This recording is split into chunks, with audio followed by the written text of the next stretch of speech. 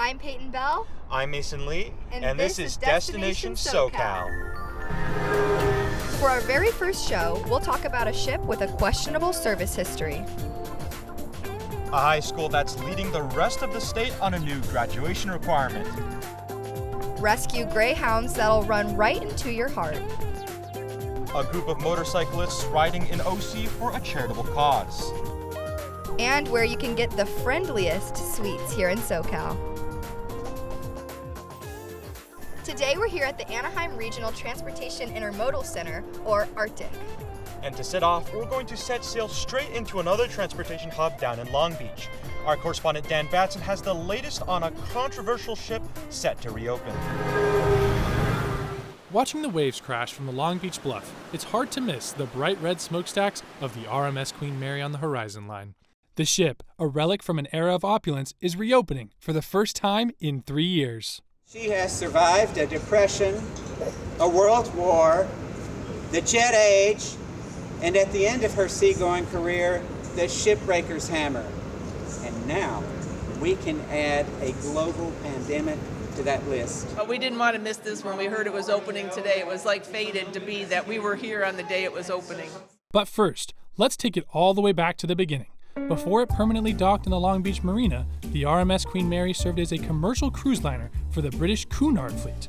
Built in Scotland, it ferried passengers across the Atlantic for over 30 years.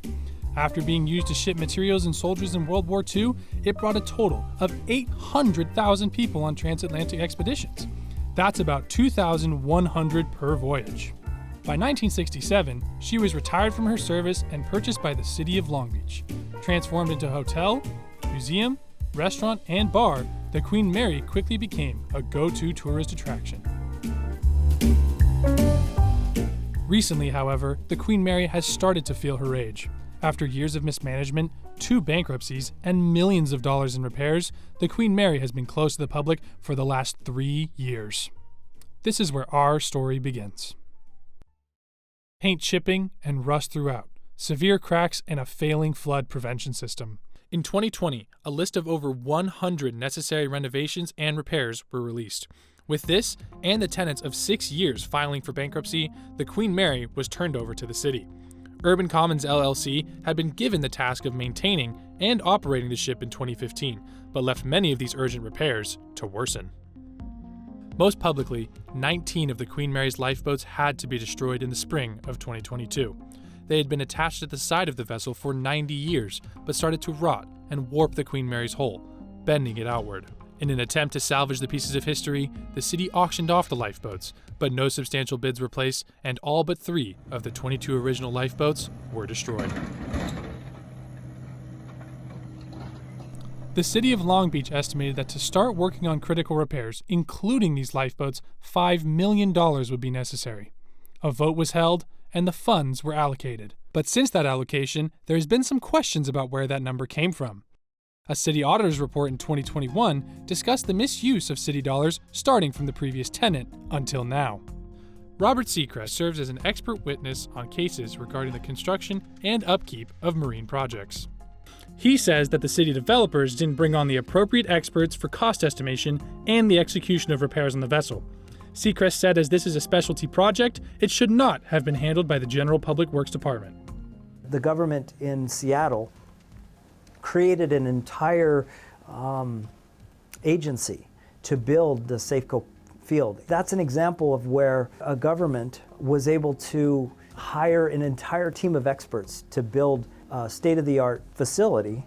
Furthermore, a conflicting report conducted by the Long Beach Harbor Commission was published in April of 2022. With backing from maritime engineering and environmental service companies, their research found that $236 million would be needed to maintain the ship for the next 5 years.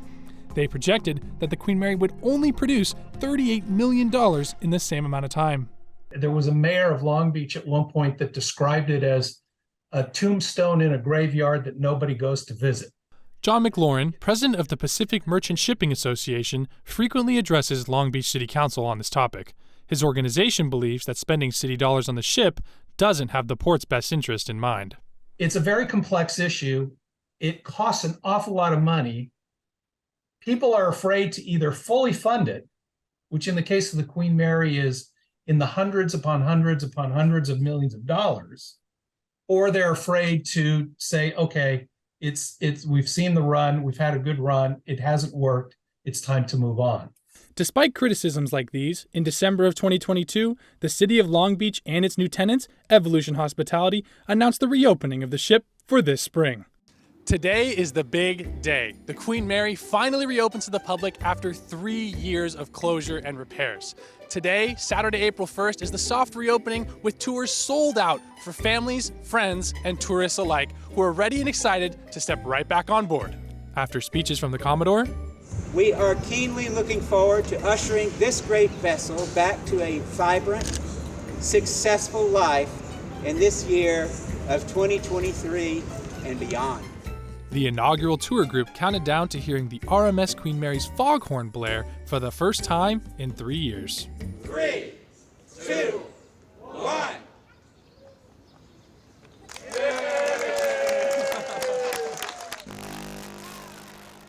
Of course, there was a short delay, in classic Queen Mary fashion. The first weekend of tours sold out completely, with crowds of people excited to get a glimpse of the ship. My oldest sister was on here in 1967, though, so things come full circle. We miss the Queen Mary. She's so beautiful. And even though there's still a lot more repairs that need to be done, the energy, the vibe in here is so exciting. We've gone through a lot of work over the past year to get the ship ready for tours. More than 800 folks have signed up within the first days of opening up with no promotion. He's been wanting to come here, but since they were refurbishing and it's been closed, we've been telling him just wait, be patient, soon. And today we surprised him. The back of the ship, the front of the ship, like everything. I want to see everything. And it's not just for the happy hour enjoyers and ghost tour enthusiasts. The Queen Mary creates 1,300 jobs for Long Beach residents and increases business for neighborhood storefronts. While getting to this point wasn't exactly smooth sailing, and the dust hasn't settled yet, the smiling faces we've seen today don't lie. The RMS Queen Mary's legacy lives on.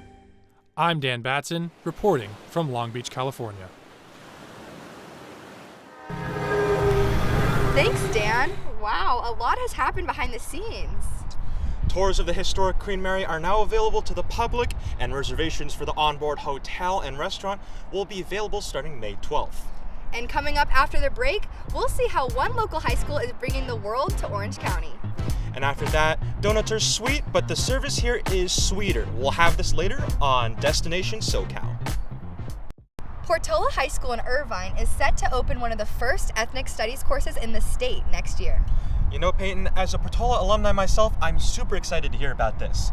Our correspondent Gavin Nguyen has the story of how and why the course came to be. It's a beautiful day in Irvine, as it is almost every day.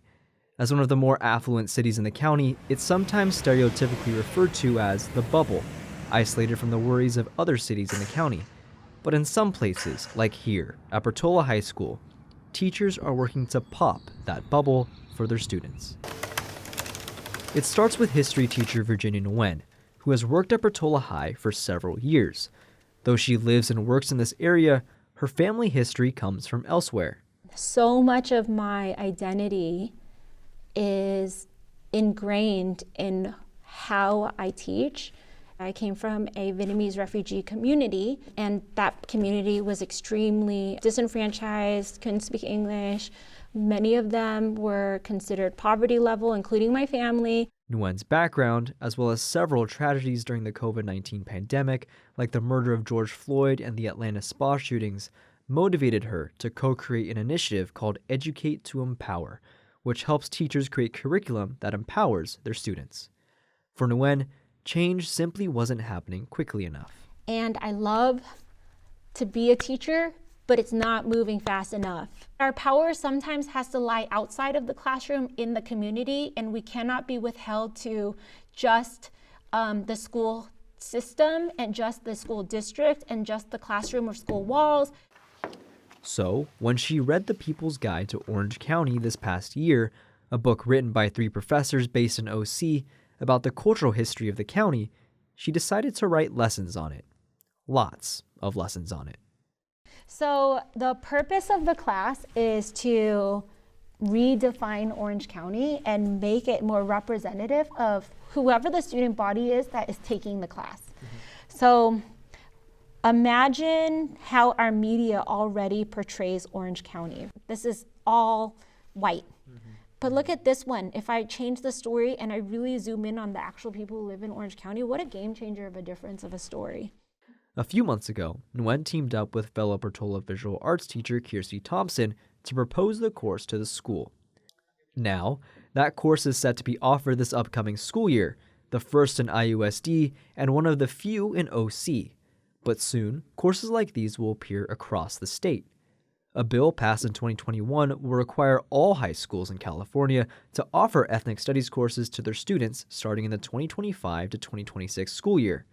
Students will need to take an ethnic studies course to graduate. But in some communities, a requirement was never necessary. We do have a lot of economic privilege here in Irvine. We are a diverse city. So Irvine is in a unique place where we can choose when to do ethnic studies because our community will still thrive and find academic success and joy in the learning process without ethnic studies, right? But in Santa Ana, you get ownership and community by telling and teaching those stories. In order for that to happen, ethnic studies needed to happen sooner. In Santa Ana, a city home to more people from minority communities and from less economically privileged backgrounds, ethnic studies is seen as a necessity, which is why they've been doing it for years. Santa Ana Unified School District's mission for their ethnic studies program, as listed on their website, is to study U.S. history from the perspective of people of color, and for students to recognize their power and to use their voices to challenge and dismantle the many forms of racism that exist today. But there's pushback for courses like this. Criticism, especially from more conservative voices, have made headlines in recent years. When I started this book, Project Louis Lane, I was in a very different... The authors of The People's Guide to Orange County, however, argue that much of the pushback stems from misunderstanding and plain ignorance. They have no idea how powerful it can be to see yourself reflected, because there are still too many students who don't see themselves in the classroom at all. There's not enough diversity among teachers, and there's not enough diversity among the curriculum. I bring it up all the time. He had to do a heroes project at a time when he just moved schools. He was the only Asian kid in his class, and the teacher gave them a list of heroes, and they were supposed to embody these heroes, dress up as the hero, research them, write an I am poem about this hero. And the list was all white. So Twee helped her son find a hero who looked a little more like him. Welcome to the Harbor View 3rd Grade Wax Museum. My name is Kazuo Masuda. I am one of many American heroes. It's really building relevant education for the future. And I hope, I have school-age children, not just the one that did the Heroes Project, but I have one right now who's in the 1st grade. And I'm really optimistic about the future because of the changes that we're doing here locally. The idea of seeing someone who looks like you represented in lessons resonates with so many people. And it's no different here in Irvine.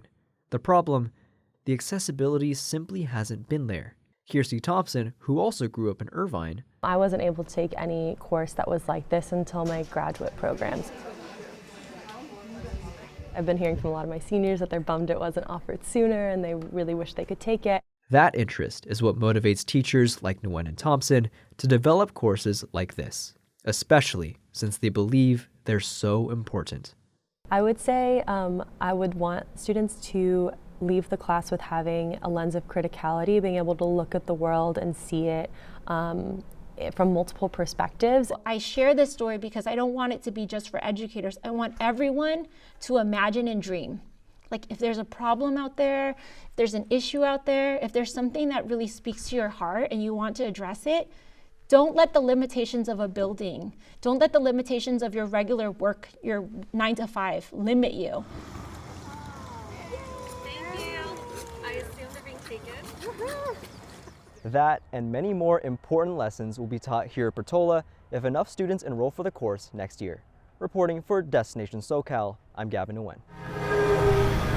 Thanks, Gavin. These new courses will be available at Portola High School starting next school year. Switching gears a little bit, Mason, did you know that the Greyhound is the fastest dog breed on the planet? No, I didn't know that. Well, our reporter Jolea Gillums has the story on how a community of SoCal residents is coming together to save one Greyhound at a time. The Greyhound, known to be the fastest breed of dog.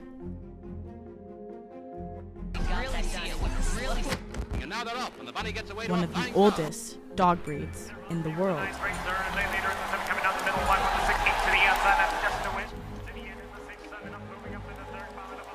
But not one is like the other. Something many have in common, however, is that they're raced, rescued, and rehomed.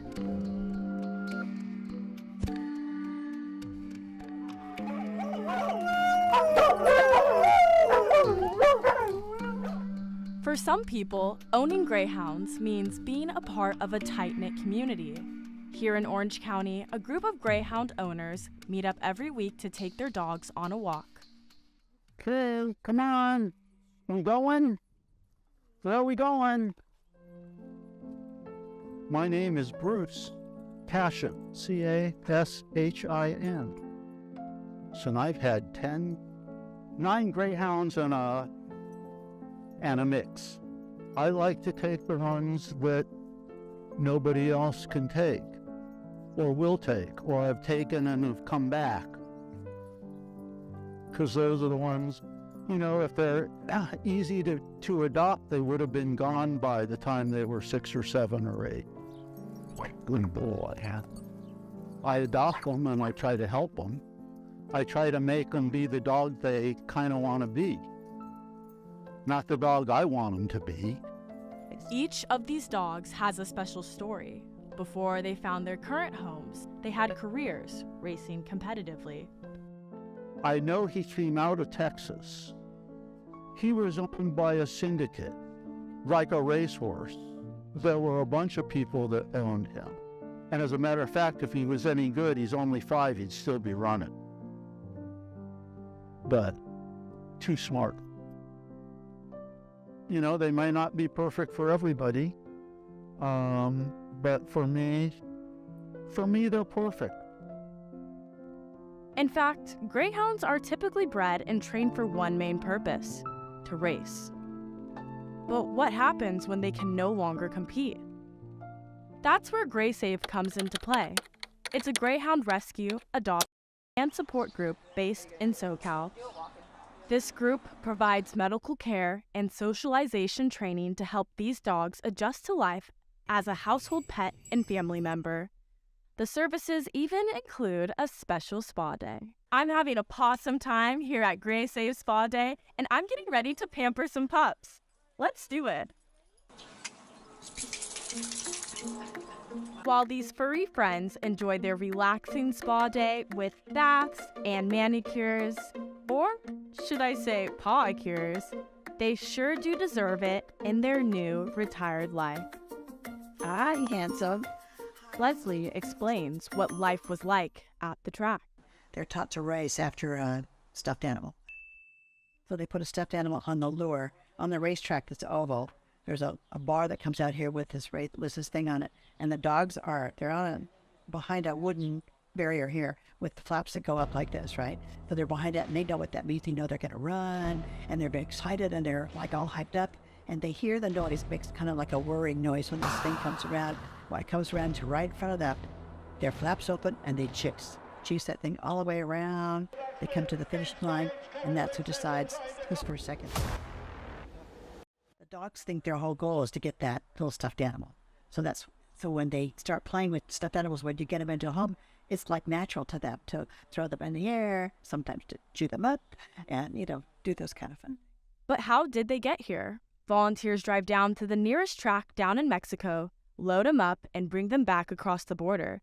As you can see here, GreySave volunteer Stephanie Shield has logged every trip and has been doing it for years. Pick them up at 6 o'clock, he's back here by 9:30.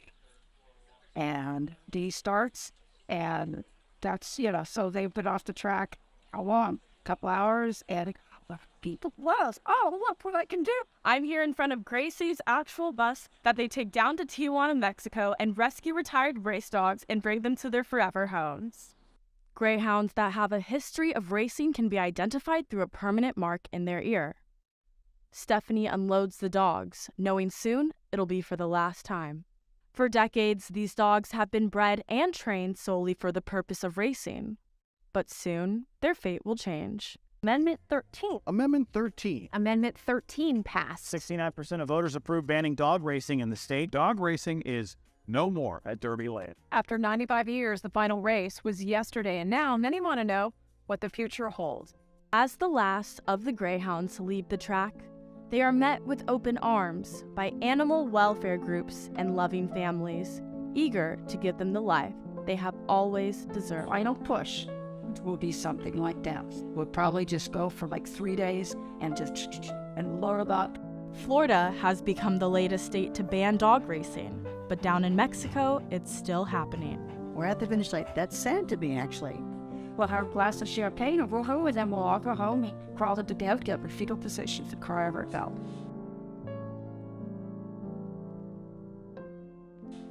Then get up the next day and keep on.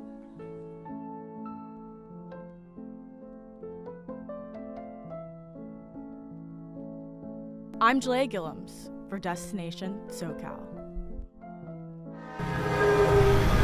GraySave says it will remain focused on the real race, which they say is saving one dog at a time.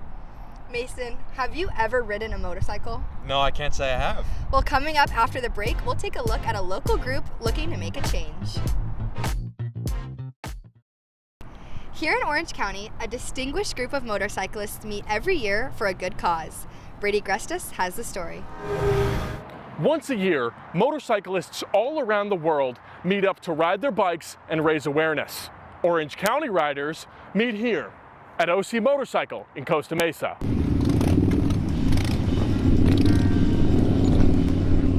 But this is not your average group of bikers. These bikers dress in their Sunday best as they head down the road for a good cause. This organization, known as the Distinguished Gentleman's Ride, or DGR, was founded in Sydney, Australia in 2012. 3 years later, Orange County became one of over 400 locations worldwide to host a ride.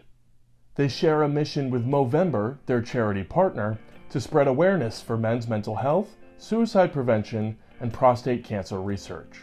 At OC Motorcycles, the crew reflects on their role in the event and its impact. It's important to use this platform, get that information out, both on the mental health and the prostate side. There's too much machismo. Machismo, the sense of having strong masculine pride, can make it difficult for men to seek help for their mental health. A 2020 study by the CDC found that the suicide rate of males was 4 times higher than the rate for females.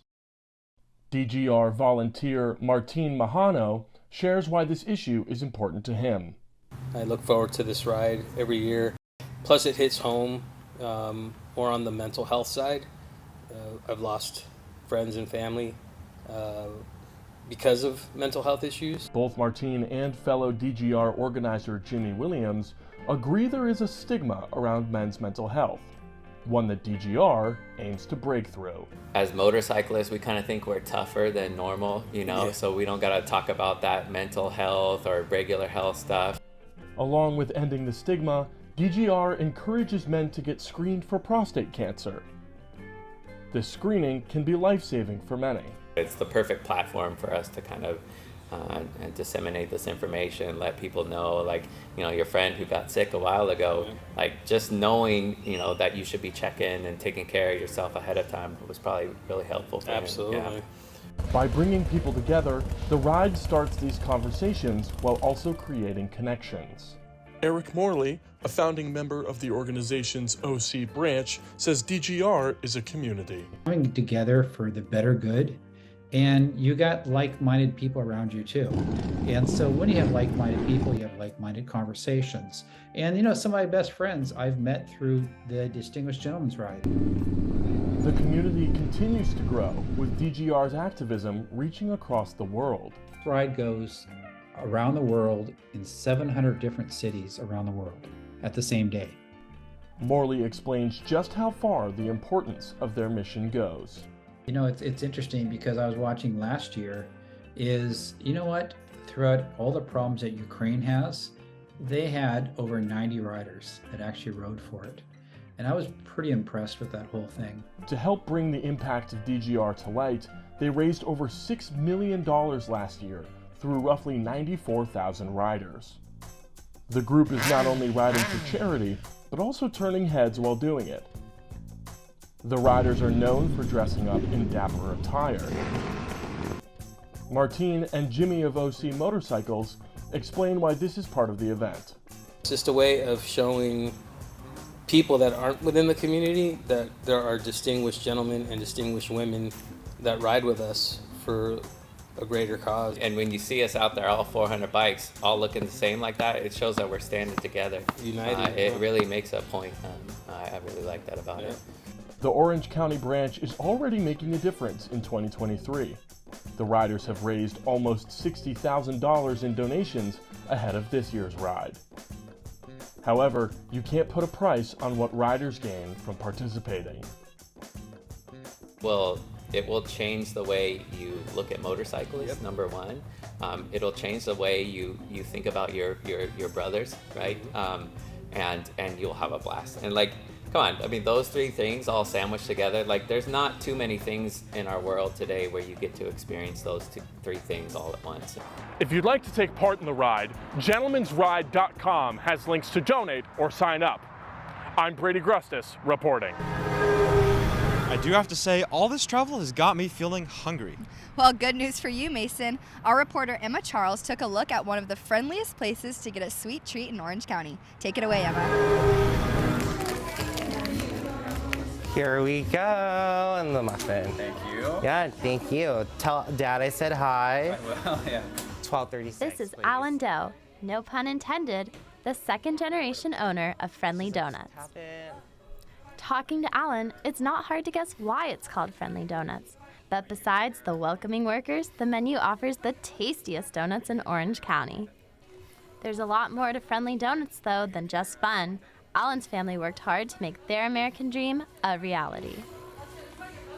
Yeah, so they immigrated from Cambodia. Obviously, they all came from a refugee camp, and then they had a sponsorship. You know, they've been working in their, the donut business ever since they got here. Literally, they opened this shop in 1985. They migrated in 1979, worked, 5 years here to save up every penny, and literally bought this donut shop, and they spent a year living here. And I always literally think about that every day, so. Alan has continued that hard-working legacy to keep the family business thriving. 60-hour work week. My ass wakes up at 4 o'clock in the morning. Sometimes I end my day at 6 p.m., but we are a 24-hour run donut shop, so there's days I'm working at 12 at midnight, or just whatever. It's just my whole day is all about donuts. Next, Alan took us to the back where his head manager and best friend showed us how the donuts are made. Well, Alan and I have been best friends for 11 years.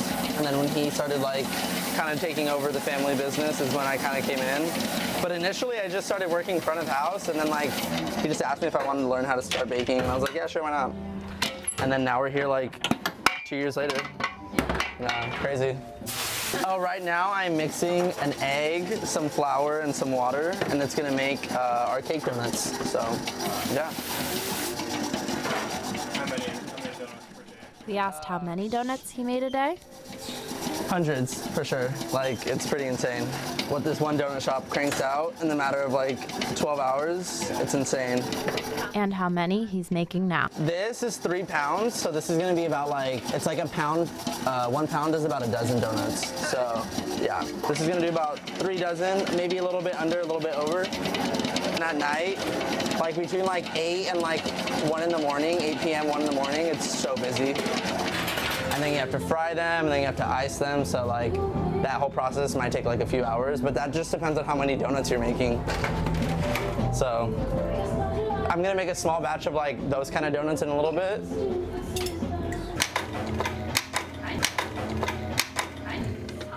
Jacob took us over to the fryer, where he used a machine he called the cake dropper. Then he flipped the donuts to get them just right. He made sure to let them cool for a few minutes before moving on to my favorite part, the icing. Jacob made a batch of strawberry and vanilla donuts, and I was even lucky enough to try one fresh off the rack.